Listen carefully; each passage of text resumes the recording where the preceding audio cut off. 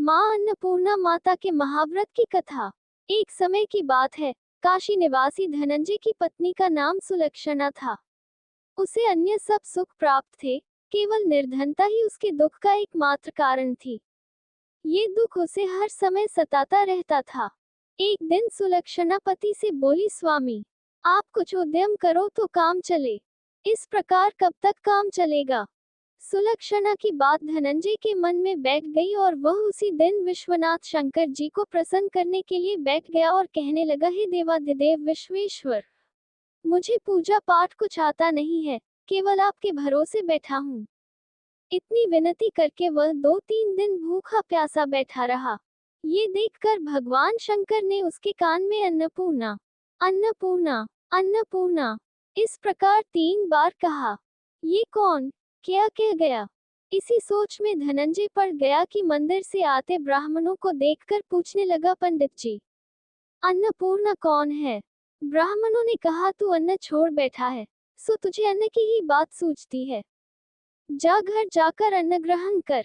धनंजय घर गया, स्त्री से सारी बात कही। वह बोली, नाथ, चिंता मत करो, स्वयं शंकर जी ने यह मंत्र दिया है, वे स्वयं ही खुलासा करेंगे, आप फिर जाकर उनकी आराधना करो। धनंजय फिर जैसा का तैसा पूजा में बैठ गया। रात्रि में शंकर जी ने आज्ञा दी और कहा, तू पूर्व दिशा में चला जा। वह अन्नपूर्णा का नाम जपता जाता और रास्ते में फल खाता, झरनों का पानी पीता जाता। इस प्रकार कितने ही दिनों तक चलता गया।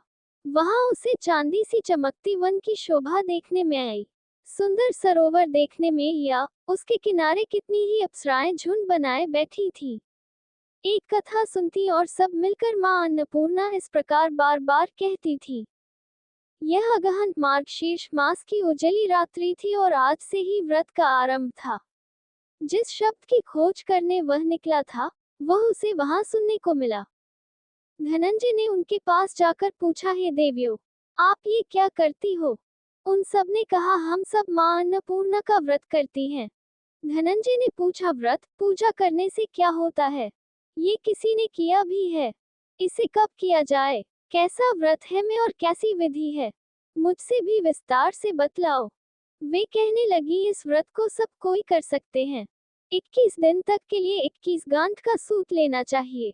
21 दिन यदि न बने तो एक दिन उपवास करें, ये भी न बने तो केवल कथा सुनकर प्रसाद लें। निराहार रहकर कथा कहें, कथा सुनने वाला कोई न मिले तो पीपल के पत्तों को रख सुपारी या घृत कुमारी गुवार पाठ वृक्ष को सामने कर दीपक को साक्षी कर सूर्य, गाय, तुलसी या महादेव को बिना कथा सुनाए मुख में दाना न डालें। यदि भूल से कुछ पड़ जाए तो 1 दिवस फिर उपवास करें। व्रत के दिन क्रोध न करें और झूठ न बोलें। धनंजय बोला, इस व्रत के करने से क्या होगा? वे कहने लगी, इसके करने से अंधों को नेत्र मिले, लूलों को हाथ मिले, निर्धन के घर धन आए, बांझी को संतान मिले, मूर्ख को विद्या आए। जो जिस कामना से व्रत करे, माँ उसकी इच्छा पूरी करती है। वह कहने लगा, बहनों, मेरे पास भी धन नहीं है, विद्या नहीं है, कुछ भी तो नहीं है, मैं तो दुखिया ब्राह्मण हूँ, मुझे इस व्रत का सूत दोगी? हाँ भाई, तेरा कल्याण हो, हम तुम्हें अवश्य देंगी, ले इस व्रत का मंगलसूत्र ले। धनंजय ने व्रत किया, व्रत पूरा हुआ, तभी सरोवर में से 21 खंड की सुवर्ण सीढ़ी हीरा मोती जड़ी हुई प्रकट हुई। धनंजय जय अन्नपूर्णा अन्नपूर्णा कहता जाता था। इस प्रकार कितनी ही सीढ़ियां उतर गया तो क्या देखता है कि करोड़ों सूर्य से प्रकाशमान अन्नपूर्णा का मंदिर है। उसके सामने सुवर्ण सिंहासन पर माता अन्नपूर्णा विराजमान है। सामने भिक्षा हेतु शंकर भगवान खड़े हैं। देवांगनाएं चंवर डुलाती हैं, कितनी ही हथियार बांधे पहरा देती हैं। धनंजय दौड़कर जगदम्बा के चरणों में गिर गया। देवी उसके मन का क्लेश जान गई। धनंजय कहने लगा, माता, आप तो अंतर्यामिनी हो, आपको अपनी दशा क्या बताऊं? माता बोली, मेरा व्रत किया है, जा संसार तेरा सत्कार करेगा। माता ने धनंजय की जिह्वा पर बीज मंत्र लिख दिया। अब तो उसके रोम रोम में विद्या प्रकट हो गई। इतने में क्या देखता है कि वह काशी विश्वनाथ के मंदिर में खड़ा है। माँ का वरदान ले धनंजय घर आया, सुलक्षणा से सब बात कही। माता जी की कृपा से उसके घर में संपत्ति उमड़ने लगी।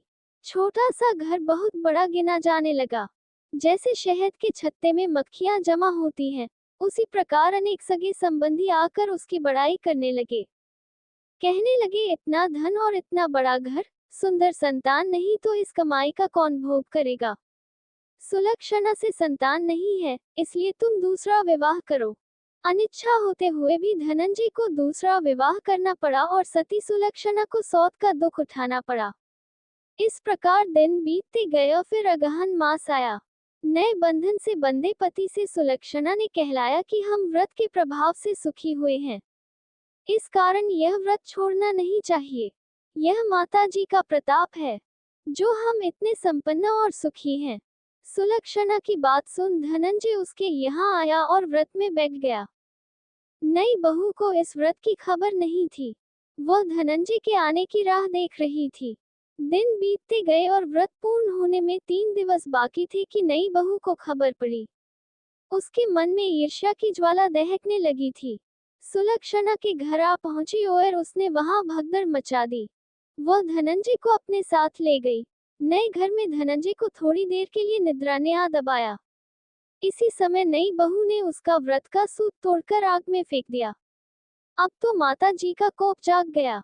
घर में अकस्मात आग लग गई, सब कुछ जलकर खाक हो गया। सुलक्षणा जान गई और पति को फिर अपने घर ले आई। नई बहू रूठकर पिता के घर जा बैठी। पति को परमेश्वर मानने वाली सुलक्षणा बोली, नाथ, घबराना नहीं, माता जी की कृपा अलौकिक है। पुत्र को पुत्र हो जाता है पर माता को माता नहीं होती। अब आप श्रद्धा और भक्ति से आराधना शुरू करो, वे जरूर हमारा कल्याण करेगी। धनंजय फिर माता के पीछे पड़ गया। फिर वही सरोवर सीढ़ी प्रकट हुई, उसमें मां अन्नपूर्णा कहकर वह उतर गया। वहां जा माता जी के चरणों में रुदन करने लगा।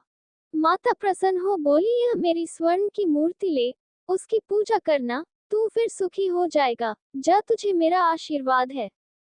तेरी स्त्री सुलक्षणा ने श्रद्धा से मेरा व्रत किया है, उसे मैंने पुत्र दिया है। धनंजय ने आंखें खोली तो खुद को काशी विश्वनाथ के मंदिर में खड़ा पाया। वहां से फिर उसी प्रकार घर को आया। इधर सुलक्षणा के दिन चढ़े और महीने पूरे होते ही पुत्र का जन्म हुआ। गांव में आश्चर्य की लहर दौड़ गई। इस प्रकार उसी गांव के निसंतान सेठ के पुत्र होने पर उसने माता अन्नपूर्णा का मंदिर बनवा दिया। उसमें माता जी धूमधाम से पधारी, यज्ञ किया और धनंजय को मंदिर के आचार्य का पद दे दिया। जीविका के लिए मंदिर की दक्षिणा और रहने के लिए बड़ा सुंदर सा भवन दिया। धनंजय स्त्री पुत्र सहित वहां रहने लगा। माता जी की चढ़ावे में भरपूर आमदनी होने लगी। उधर नई बहू के पिता के घर डाका पड़ा, सब लुट गया। वे भीख मांगकर पेट भरने लगे। सुलक्षणा ने यह सुना तो उन्हें बुला भेजा, अलग घर में रख लिया और उनके अन्न वस्त्र का प्रबंध कर दिया। धनंजय, सुलक्षणा और उसका पुत्र माता जी की कृपा से आनंद से रहने लगे। माता जी ने जैसे इनके भंडार भरे वैसे सबके भंडार भरें।